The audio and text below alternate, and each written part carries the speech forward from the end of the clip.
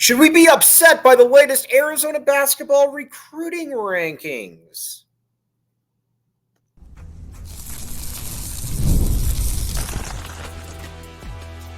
You are Locked On Wildcats, your daily podcast on the Arizona Wildcats. Part of the Locked On Podcast Network, your team every day. Thanks for keeping it locked on Wildcats and making this your first listen of the day. I am your host, Mike Luke. All right, this show is brought to you today by Gametime. Check it out, Gametime. All kinds of good stuff. All right, now we are going to talk Arizona basketball recruiting this entire show. So if you don't like recruiting, well, keep watching. So the first part is the incoming players, what you need to know, where they're ranked, where they've fallen, all of that stuff. Carter Bryant. Carter Bryant was a priority recruit for Tommy Lloyd from essentially day one. And it's easy to see why. Bryant is a big time prospect. He's 6'8". He can move. He's got really good skills. He's got a real feel for the game as well. He's got a decent coming around shot as well. He can finish around the basket, and he is strong. He's just got to get it physically a little bit more, a little bit stronger. And I think something too that you got to keep in mind with him too is that he's just got to be a little bit more engaged throughout the game. If he's engaged throughout the game, then he is going to be major issues. He is, like I said, I believe that he is an underrated player in the grand scheme of things. I think that he should be rated higher than he is because he is a very good basketball player. Now, a couple things that you're going to see, and this tends to happen with Arizona basketball recruits, is they fall in the rankings. Carter Bryant started out as about 4th in the country. Now they have him at 26. I say there is bias involved. I say poppycock because I do not watch him and ever say to myself that that's a dude that's got 25 better prospects in the entire country than him. That is not possible. That is not the case. And especially, too, with his upside, the fact that he's a good kid, he comes from a strong, good family. He is like I said, there is a lot to like about him.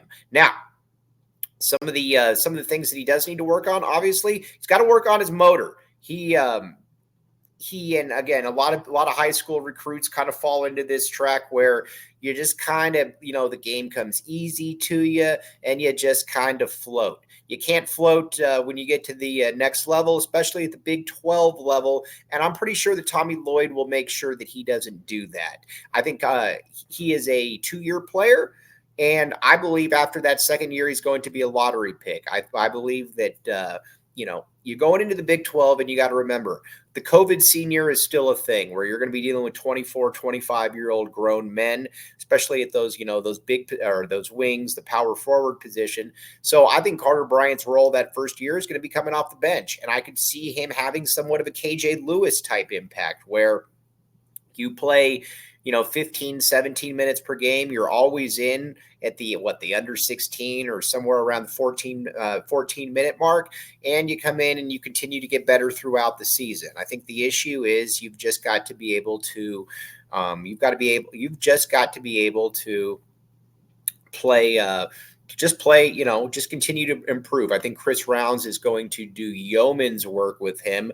I think he's going to be like the guy behind the tree in the yellow suit, seeing Carter Bryant get on campus and what he can do with him. I'm excited. I think Carter Bryant is going to be a superstar here. But again, I do think it's going to take 2 years. But people, that is not a diss. There is nothing wrong with taking 2 years to reach your full maturation. I think that's probably going to be the case with him, and I am more than okay with it. You all should be okay with it as well. But that is a recruiting miseval by the folks that should know better. And keep in mind, these are also the same folks that had KJ Lewis as a fringe top 100 recruit. Carter Bryant will prove them wrong. Now, the next one, Jamari Phillips has fallen to 52. Now, Phillips has a world of talent. He's a really good 3-point shooter. He can get to the mid-range. He can get to the bucket. He can finish. There's a lot to like about Jamari Phillips. And honestly, under Tommy Lloyd, I could see him, really turning into something. But there's also going to be a little bit of a minutes crunch for him in that first year. So it will be interesting to see if he sticks around, if he goes and, he takes his time. Because right now on the perimeter, you've already got KJ Lewis going to play 30 minutes per game. Caleb Love, who's going to play 30 minutes per game. Jaden Bradley, who's going to play 30 minutes per game. You've also got Anthony Del Soro, who's coming in as well. Carter Bryant's going to get minutes. There's just not going to be a lot of minutes to be had. So we will find out about that. But he, like I said, he's got a lot of talent. He's got a lot of skills, and he's motivated. Now, I think the big thing with him is you wonder, he's been to a couple different high schools in the past year, and not only has he been to a couple different high schools, just hasn't been able to play a ton, dealt with an injury as well. And so he kind of a wild card, but I do like a lot of what he brings to the table. We will find out. But I think with him, patience is just going to be key. If he's patient, then I think he's going to have a very good career at the U of A. But if he's not, I could see him moving on somewhere else as well. We'll find this one out. But again, he's a high impact type player if he kind of goes through the process. So we will find out exactly what his state of mind is. But talent certainly not an issue for him. Now, Joson Sanon, assuming Caleb Love and KJ Lewis are here, I don't believe he shows up on campus. I could be wrong on that. Could be totally wrong. But I don't believe that he'll show up on campus. I believe that he will go somewhere else. And, it just kind of is what it is.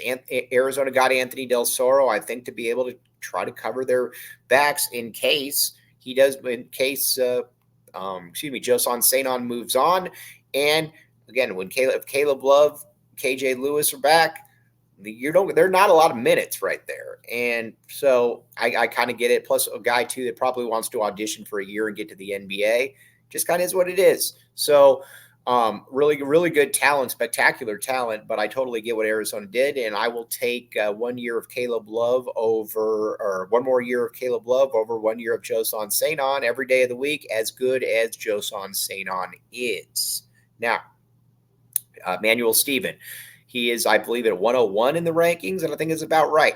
But there's a lot of Christian Coloco type possibilities for him in that he can get considerably better. He can get considerably stronger. I think it's just going to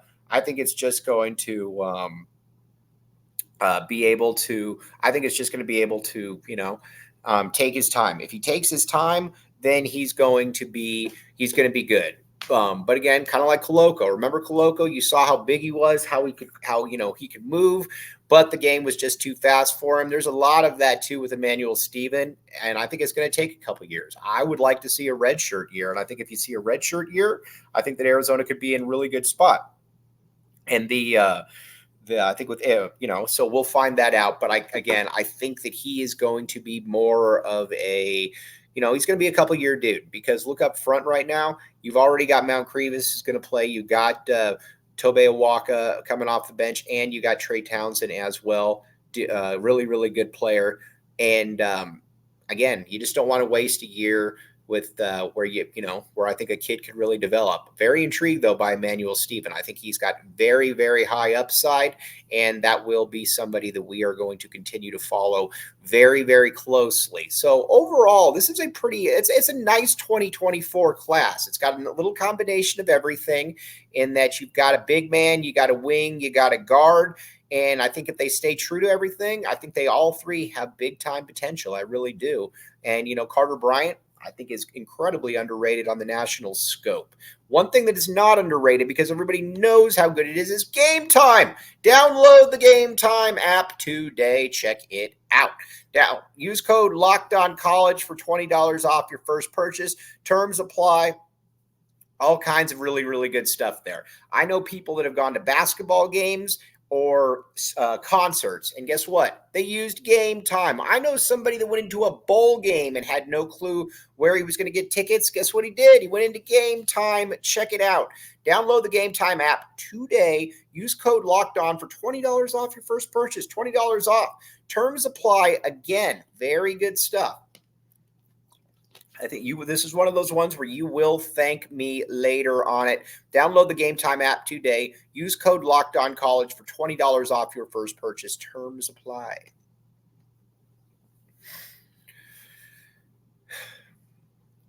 Thanks for keeping it locked on Wildcats and making this your first listen of the day. I am your host, Mike Luke. All right, we went through the 2024 class. I believe that Carter Bryant is incredibly underrated. I believe the other two are probably about right, but I think they both have potential to drastically outperform that ranking.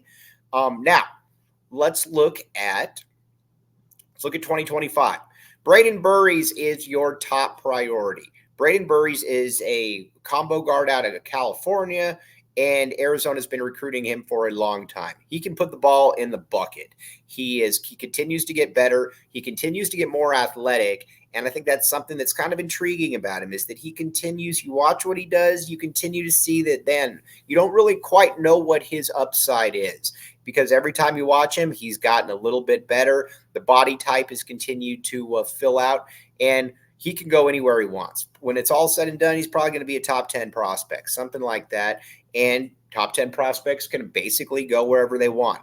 Now, where will he be able to go, or where is he going to go? I think Arizona feels pretty good about where they stand with him. They've been on him for a long time. I think Tommy Lloyd has done this one the right way, and I think Braden Burries feels pretty comfortable with the coaching staff. And these things are all fluid. These things can change. I get all of that. But if you were to ask me where I see him going, I think he's probably going to end up in Arizona. I think that Arizona is probably the leader in the clubhouse.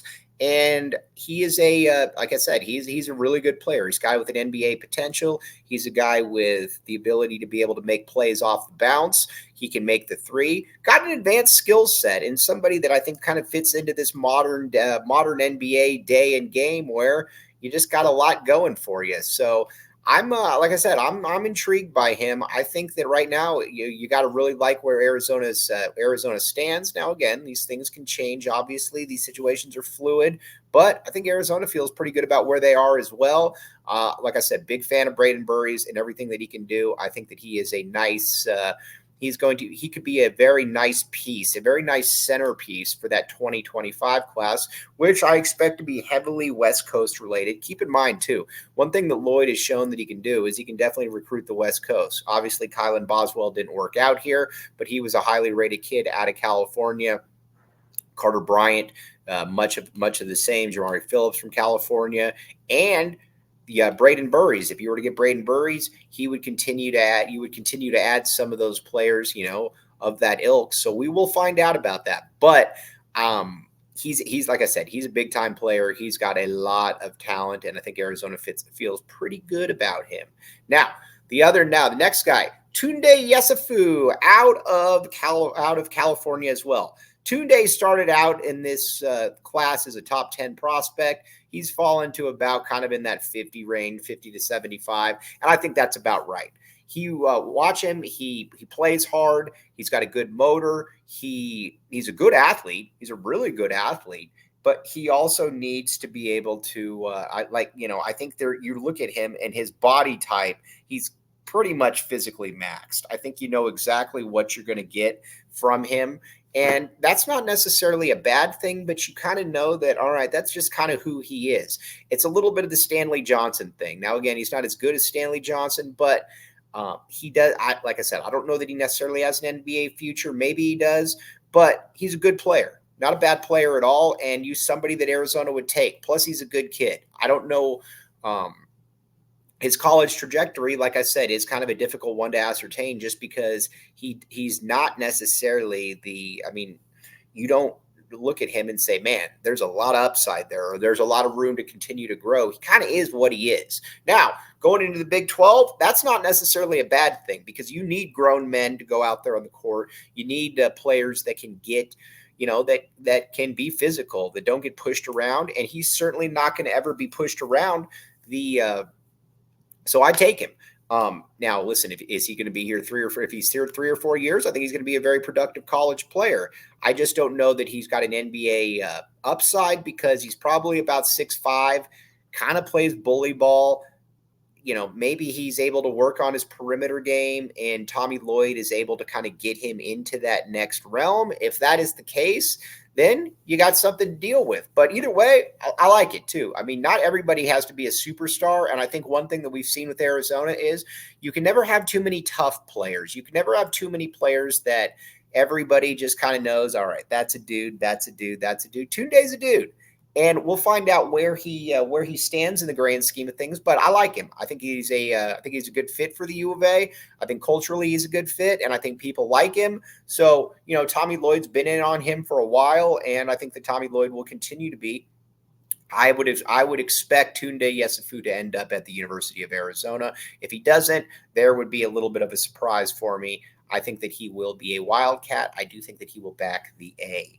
Now, Will Riley out of Canada, an interesting kid, top 25 wing as well. Much higher upside than Tunde. Maybe not quite as good as Braden Burries, but another one that Arizona has been recruiting for quite a while. And listen, the one thing that you know about Lloyd is he's very specific on who he recruits. He recruits players that he believes that he can get. And if he doesn't believe that he can get you, then he is not recruiting you. Kind of the thing with Sean Miller is, and Miller was obviously a great recruiter, is that he casted a very wide net. He wanted to see who he could get, and whoever if he thought that he could get you or that there was a chance he was going to recruit you. And with Lloyd, he's far more circumspect with his offers, and that's it's something that he's getting the players that he wants. So I think it's hard to really sit here and dispute what he's doing. So Will Riley, another one that Arizona would love to get. A very talented guy, lanky, can kind of do a little bit of everything on the court, and definitely projects probably, at his upside as an NBA player. So he's going to be, you don't feel necessarily as good about him. Arizona definitely is recruiting him. They like their chances, but that's going to be one that, is going to take a while because again, Tunde and I think Braden Burries are probably U of A leans, whereas Will Riley, I think, is going to play this one out. So we will see on that. Then moving on to some of the other players that you should know, a couple in-state players. Koa Pete. All right. I get asked about Koa Pete basically every single day. I have no inside information on Koa Pete and where he's going to go.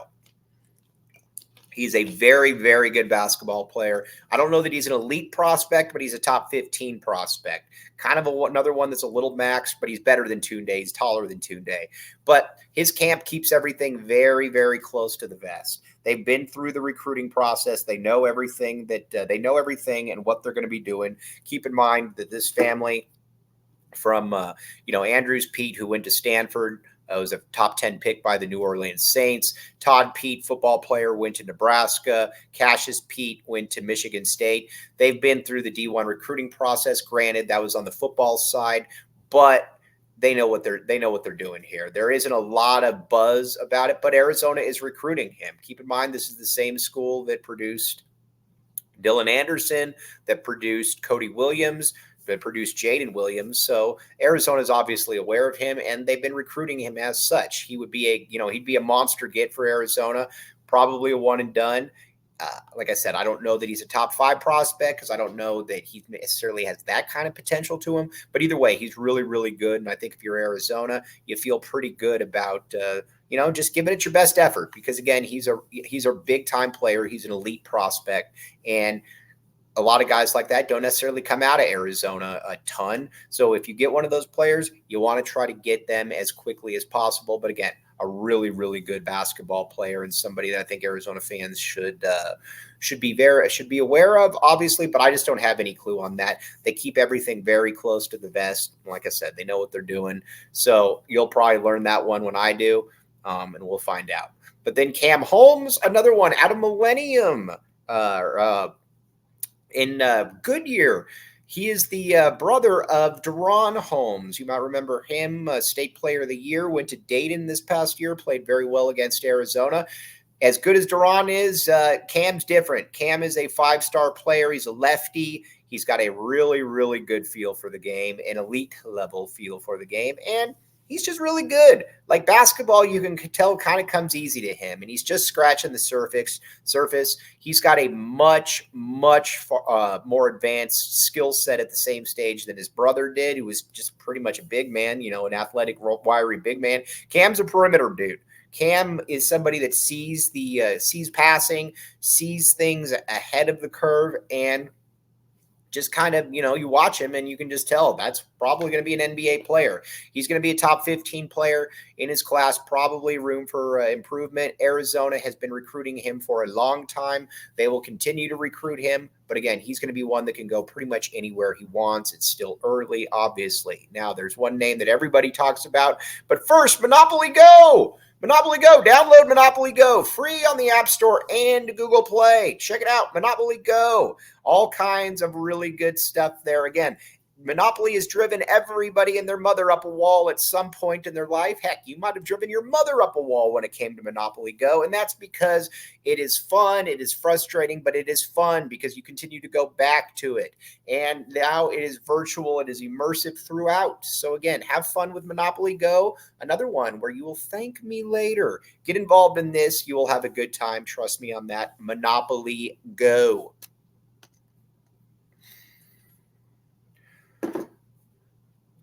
Thanks for keeping it locked on Wildcats and making this your first listen of the day. I am your host, Mike Luke. Now, another one, 2026, Elijah Arenas. Elijah Arenas is super, super elite. I think the question about Elijah Arenas for the longest time was, how good really was he?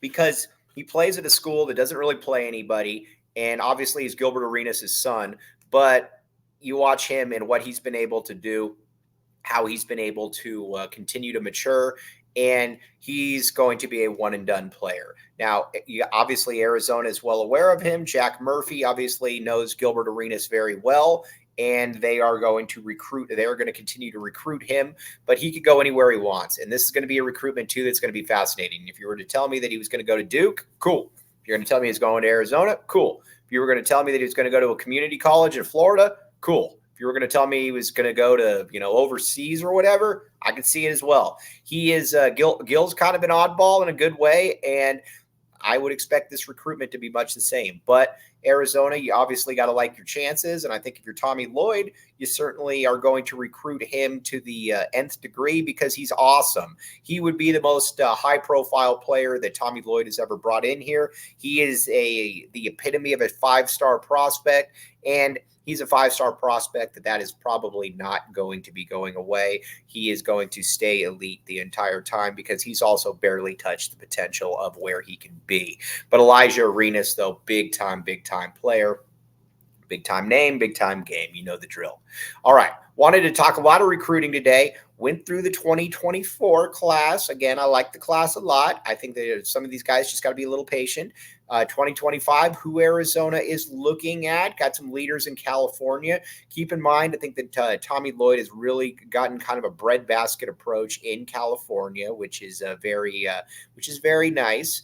And I think you're also looking at with 2026, it's going to be a little bit of an in-state type priority with a Cam Holmes, with a Koa Pete, and I think Arizona is going to continue to do well. But Lloyd, I think Lloyd has answered the questions on, can he recruit?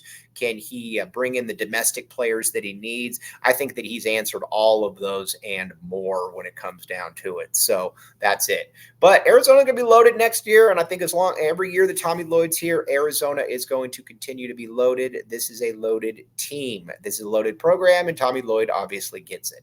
But on that note, as always, thanks for making Locked On Wildcats your first listen of the day. I'm your host, Mike Luke. We'll be back with you